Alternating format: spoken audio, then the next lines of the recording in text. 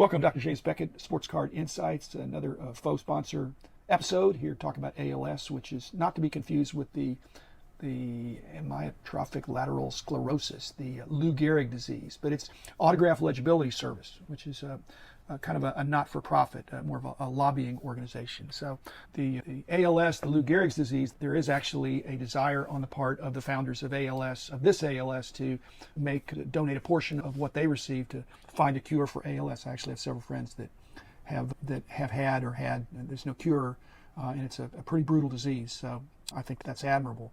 And Lou Gehrig had exemplary penmanship, as most of the players from that day did. The problem is now we don't have cursive taught in school, I don't think. I mean, people are printing, if they're even printing, and if they're writing something, it's in print, not cursive, or they're keyboarding, which is like 10-finger touch typing or smartphone thumb typing. So they're facile at those things, but writing a signature, they don't always seemingly have a signature that's good for autographs. So I'm not a big fan of players autographing with their initials.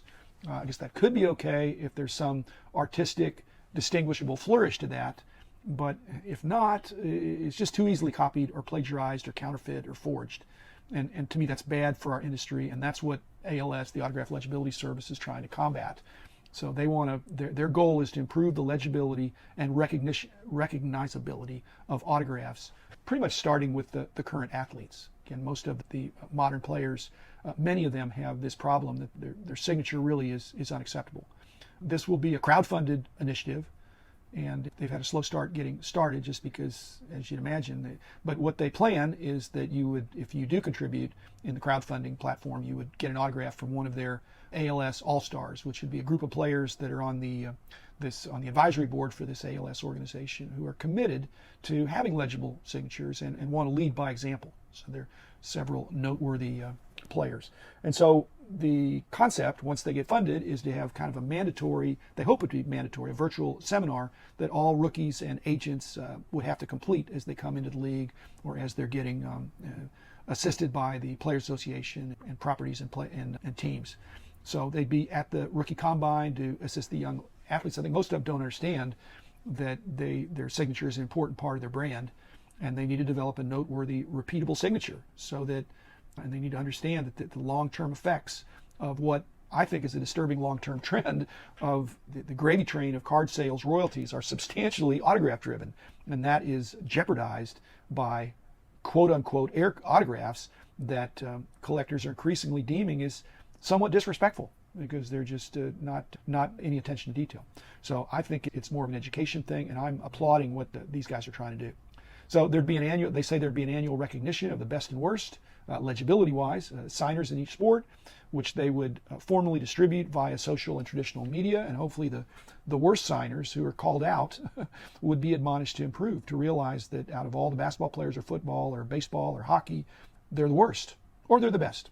But if they are the worst and they want to improve, this organization would attempt to help them. So I've seen squiggly lines, I've seen a first initial, and even both initials, but something that there's just you could have any confidence in a system of autographs where it's so simplistically done.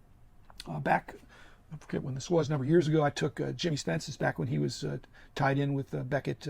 The Beckett authentication was through Spence, but I like Kevin Keating, I like Jimmy Spence, and I love Steve Grad. So I think that there's a lot of talent in the industry. But I took Spence's test about, not that I wanted to be hired, but he said, hey, come on, why don't you just take my autograph test to see if you could be an autograph authenticator.